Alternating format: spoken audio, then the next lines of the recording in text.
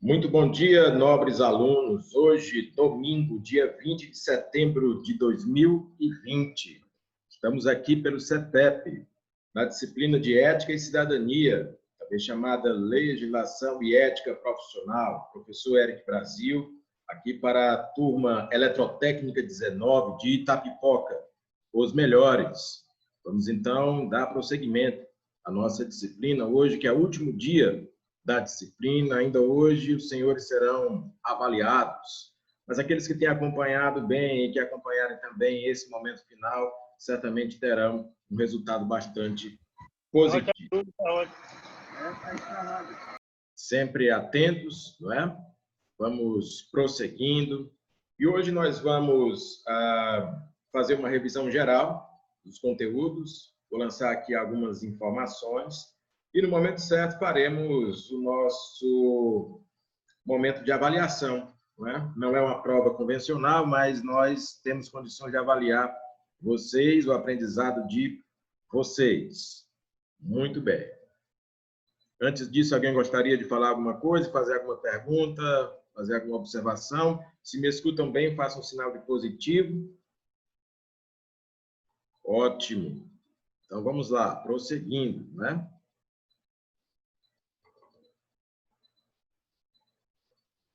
É importante salientar que a Ética e Cidadania, como disciplina, tem por objetivo de colocar num patamar de um profissional muito mais consciente das suas responsabilidades, das suas atitudes, mas também dos seus direitos e deveres, não é? Um profissional mais informado, bem mais antenado com aquilo que significa ser um eletrotécnico, um técnico com atribuições que vão para muito além da parte operacional, porque aqui você desenvolve capacidades de supervisor, de líder, de um profissional que assume responsabilidades, e essas responsabilidades, obviamente, que são treinadas aqui, serão cobradas de você no mundo prático, no mundo real, nas empresas, nas organizações, nas instituições, ok? Onde vocês vão atuar, obviamente. Ética e Cidadania, então, fazendo aqui uma revisão, e desde o princípio da disciplina eu venho falando sobre a importância desse tripé ética, moral e direito, né? 3 palavras fundamentais e que você deve assimilar, compreender e aplicar. O que pode gerar muitas discussões, às vezes alguns debates e polêmicas, são os conceitos lançados, né? É claro que dependendo da fonte de pesquisa, da bibliografia em que você vai pesquisar e encontrar esses conceitos, eles podem vir diferenciados de acordo com a visão de cada autor, até porque a temática é muito abrangente. Nós estamos trabalhando aqui um tema que é, do ponto de vista acadêmico, ele se subdivide em muitas vertentes. Mas aqui no curso técnico nós precisamos ser objetivos. O nosso critério é lançar conceitos curtos, objetivos e claros, para que nós possamos seguir em frente. E seguindo em frente, eu digo que ética é o conjunto de valores universais e imutáveis.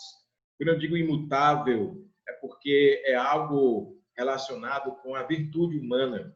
Essa virtude, independente da época, do lugar geográfico, da cultura, se mantém. E é universal porque pode ser estabelecido para muitos locais diferentes, não é? Independente do local, da região geográfica, nós temos aí, obviamente, a possibilidade da atuação da ética, e nós podemos ser éticos. Muitos podem dizer, mas a ética pode mudar de acordo com o contexto. Bom, aqui, na realidade da nossa disciplina, o que tem mudança, o que muda é a moral. Muitas vezes podemos até confundir os termos ética e o termo moral, mas na prática da nossa disciplina aqui nós temos um conceito que se distingue, que se diferencia um do outro, certo?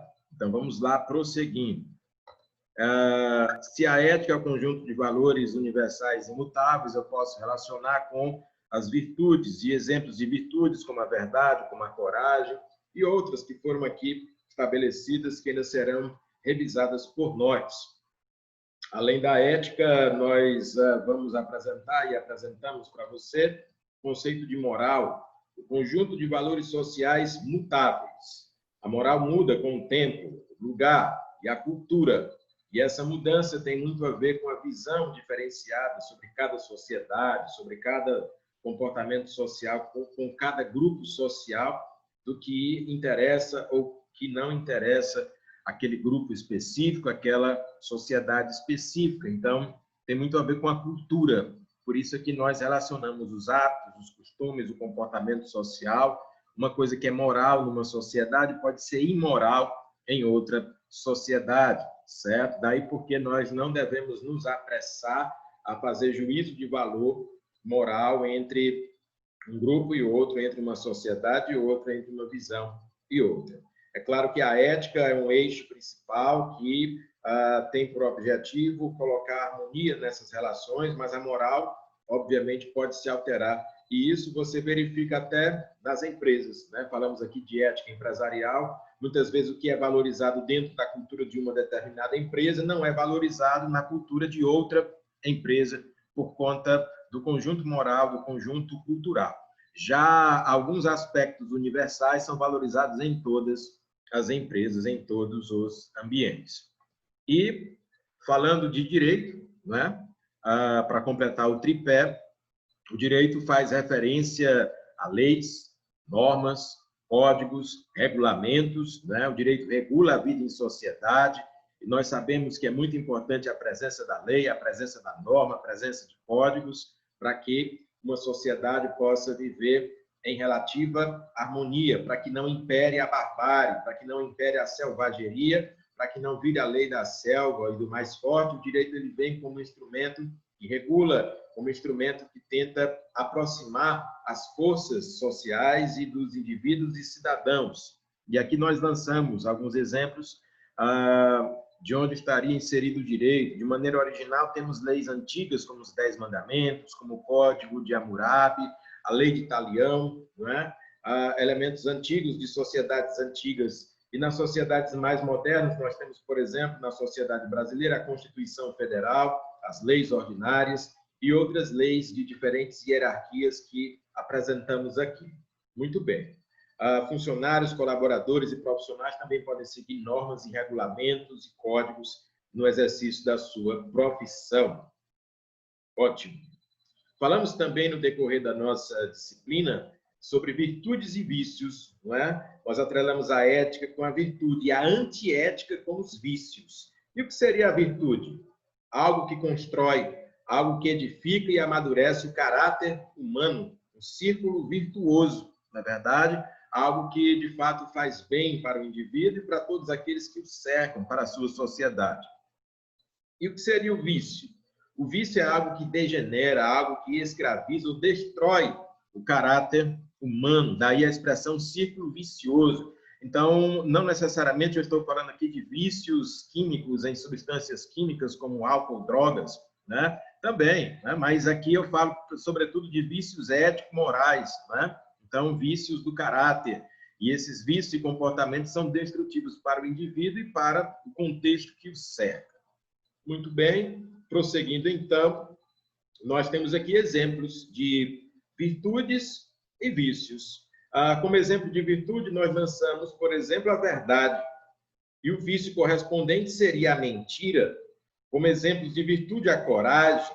E de vício, a covardia. Virtude, a justiça. Vício, a injustiça. Virtude, a temperança, que seria o equilíbrio, a moderação. E como vício, o desequilíbrio, ou a gula, ou algo que ultrapassa limites. Como exemplos de virtude, citamos aqui o amor no seu sentido maior, no sentido ágape, e como vício, a indiferença. São apenas alguns exemplos de que poderiam ser virtudes, né, que fortalecem o caráter humano, e exemplos de vícios que degeneram o caráter humano. No ambiente ético, nós precisamos observar o ponto e o contraponto, a virtude e o vício, para que nós não possamos incorrer nos vícios, e sim nas virtudes. Fica mais fácil quando nós fazemos essa adaptação pedagógica, didática, porque é mais fácil identificar a importância da luz quando você conhece as trevas. É mais importante identificar a presença da saúde, quando você conhece a doença. É mais importante você edificar e conhecer, né, algo pelo seu ponto e contraponto. Muito bem, nós temos prosseguido, né, nesses conteúdos, certo? Nesse momento de revisão, onde vocês poderão fazer perguntas e interações. E aí, muitas vezes você pode se sentir perdido e dizer, mas professor, no mundo de hoje, onde existem tantos conflitos, tanta degeneração, não é? Como é que eu vou saber o que é certo, o que é errado, o que é ético, o que é antiético? Existem nomes, pessoas ou referências sobre a ética em todas as culturas, em todas as religiões, na filosofia, até na família humana, existem referências éticas e essas referências, algumas delas estão citadas aqui. Dependendo da sociedade, dependendo da cultura onde você vive, você pode se identificar mais ou se identificar menos com algum desses nomes. E aqui nós citamos alguns nomes, como Jesus de Nazaré, Moisés, Sócrates, o filósofo, Platão, o filósofo, Buda, que é o Siddhartha Gautama, Maomé, né, que é uma grande referência para os muçulmanos, Gandhi na sociedade indiana, Nelson Mandela na África do Sul, como referência política, mas também como referência da igualdade racial e social, e a garota anônima da Armênia, que foi comentada aqui por nós. São algumas das referências que podemos utilizar, existem outras, obviamente. Vamos, então, prosseguindo. Falamos também, tratamos da ética empresarial, né? A ética no ambiente de trabalho, e ainda na aula de ontem nós falamos bastante, até fizemos atividades sobre assédio no ambiente de trabalho, e nós deixamos claro que existem vários tipos de assédio. O mais conhecido deles, o assédio sexual, mas existem vários tipos de assédio, né? De natureza moral, natureza psicológica. O assédio é um abuso, né? Uma espécie de, vamos dizer assim, constrangimento ilegal, produzido normalmente por um superior hierárquico contra o seu subordinado, né? Esse abuso, esse assédio, ele configura uma situação doentia no ambiente de trabalho e ele pode ser, obviamente, deve ser combatido, tá certo? Sempre que você se vê ou se vir constrangido numa situação que está além das suas forças e limites, ou que você vire objeto de chacota na empresa, ou que receba apelidos inapropriados, ou que seja humilhado, isso é também uma situação de assédio no ambiente de trabalho. Vamos continuar, então. Trouxemos aqui, né, no bojo da nossa disciplina, o conceito de cidadania. Existem vários conceitos, e aqui, para a realidade da nossa disciplina, nós dissemos o seguinte: cidadania é a prática de direitos e deveres de um indivíduo. Direitos e deveres de um cidadão devem andar juntos, já que o direito de um cidadão corresponde ao dever de outro cidadão. É aquela história, eu tenho direitos, mas eu também tenho deveres na sociedade em que eu vivo, até porque, para que eu possa garantir o meu direito, eu tenho que cumprir meus deveres e obrigações. Não é? Eu quero ser respeitado, mas eu devo respeitar. Eu quero paz, mas eu devo promover a paz. Eu quero que alguém me dê um bom dia, então eu devo também dizer um bom dia. Eu quero que exista equilíbrio social, eu devo também promover e lutar por esse equilíbrio social. Eu quero que exista justiça social para mim, para minha família, mas eu também devo promover essa justiça social, né? Então, a cada direito corresponde um dever também do cidadão. Isso é cidadania. Alguns autores se referem à cidadania como a possibilidade também de votar e ser votado, de exercer mais plenamente a cidadania a partir de registros ou documentos, né, como a certidão de nascimento, como o RG, como documentos que identificam você como um cidadão. E aí a gente poderia evoluir para o CPF, para documentos profissionais, carteiras profissionais, né, que, de certa forma, integram a sua cidadania. O título de eleitor também é um comprovante da sua cidadania, mas a cidadania nasce bem antes desses documentos. Vamos continuar prosseguindo aqui nesse momento de ambiente de revisão. Nós apresentamos para você também a questão da legislação, leis e normas, não é?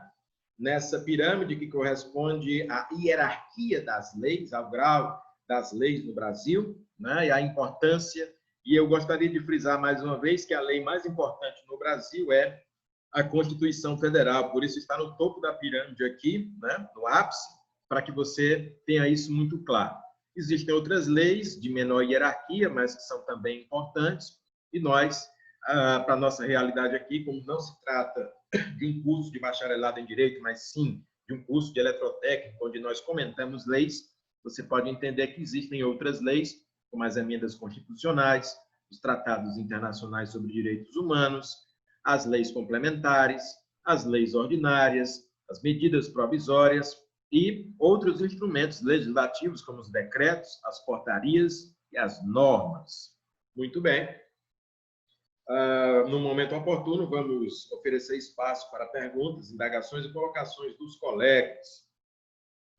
Seguindo aqui na nossa revisão, falamos também de Código de Ética Profissional, ou Código de Conduta, né? E ontem nós exibimos para você o modelo do Código de Ética expedido pelo Conselho Federal dos Técnicos Industriais, né?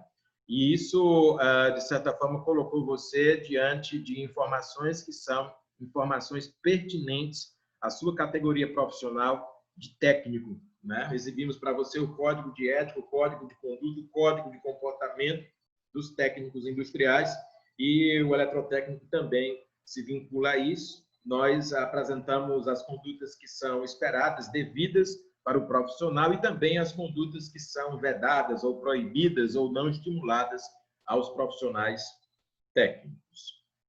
Muito bacana, né, essa nossa interação. Então, nós, agora, nesse momento, abrimos espaço para perguntas, indagações ou comentários dos colegas. Gostaria de destacar a presença aqui da nossa coordenadora Cristina, né, que se faz aqui presente, né? Um bom dia para você, né? E hoje estamos num dia muito importante, que é a conclusão de mais uma disciplina, a segunda disciplina, né? Significa que quem está aqui hoje é porque se decidiu a seguir em frente no curso de eletrotécnica até o final desse projeto, que tem começo, meio e fim. Alguém quer se pronunciar?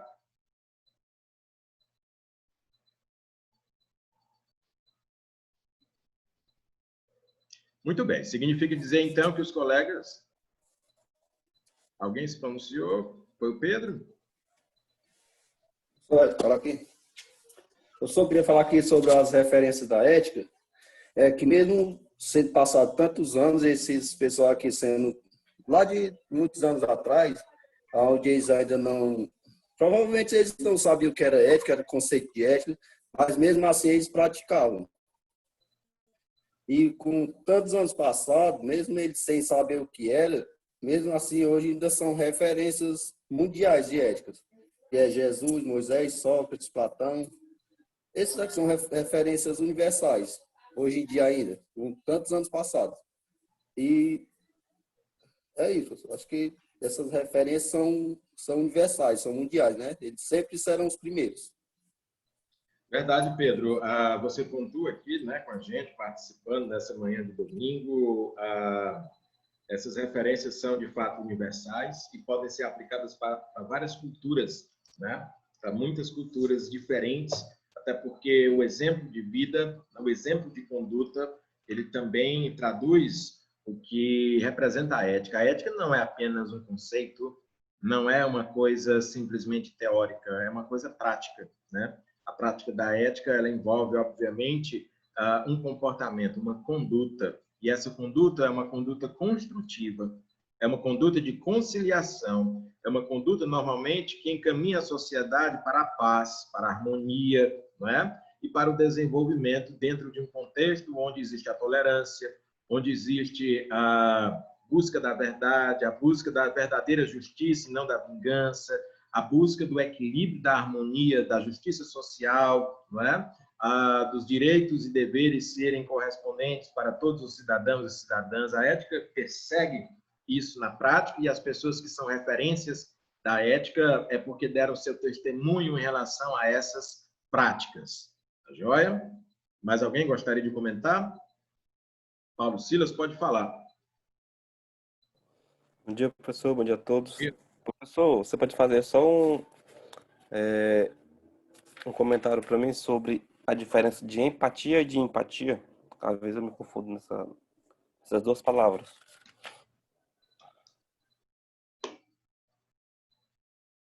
Empatia é uma característica que o ser humano tem de se colocar na pele do outro, no lugar do outro. Então, se você observa alguém sofrendo, você se identifica com aquele sofrimento porque você também é um ser humano, né? E você sendo um ser humano e se identificando com a dor do outro, com o problema do outro, você vai buscar soluções para o problema do outro. Essa é a empatia. Existem outras palavras que, do ponto de vista fonético, se parecem, né? Por exemplo, tem muita gente que confunde a empatia com a antipatia, que nada tem a ver. Ou com a simpatia, que é outra coisa. Você colocou uma outra palavra, mas eu gostaria de verificar, inclusive, a existência dela. Comente novamente a outra palavra. Você falou de empatia e falou de uma outra, Paulo Silva. Empatia e empatia. Eu ouvi essa palavra, só que eu não lembro do momento o Pois significado é, dela. as palavras que existem são empatia, simpatia, antipatia, né? Mas a palavra positiva é empatia, com E, né? Empatia, ser empático, significa se identificar com o outro, na pele do outro. Às vezes as pessoas utilizam neologismos, né? Palavras que não existem na língua portuguesa, certo? Mas dentro da ética, a palavra de ordem é empatia, com E. Mais alguém? Essas palavras aí, professor, confunde muito assim o vocabulário da gente, né? É que nem o senhor falou, cai ao sentido de quem escutar, né? Porque o senhor contou aquela história que tinha, o funcionário falou de admitir e demitir, né? Às vezes, muitas palavras confundem a gente, é bom a gente ter o sentido de tudo, né? É verdade, Donato. É verdade. É importante uma aula como essa porque a gente tira as dúvidas, né, em relação a alguns conceitos, alguns termos, algumas palavras que são utilizadas. Eu vou interromper a reunião. Daqui a 2 minutos a gente volta. Tá joia? Em 2 minutos.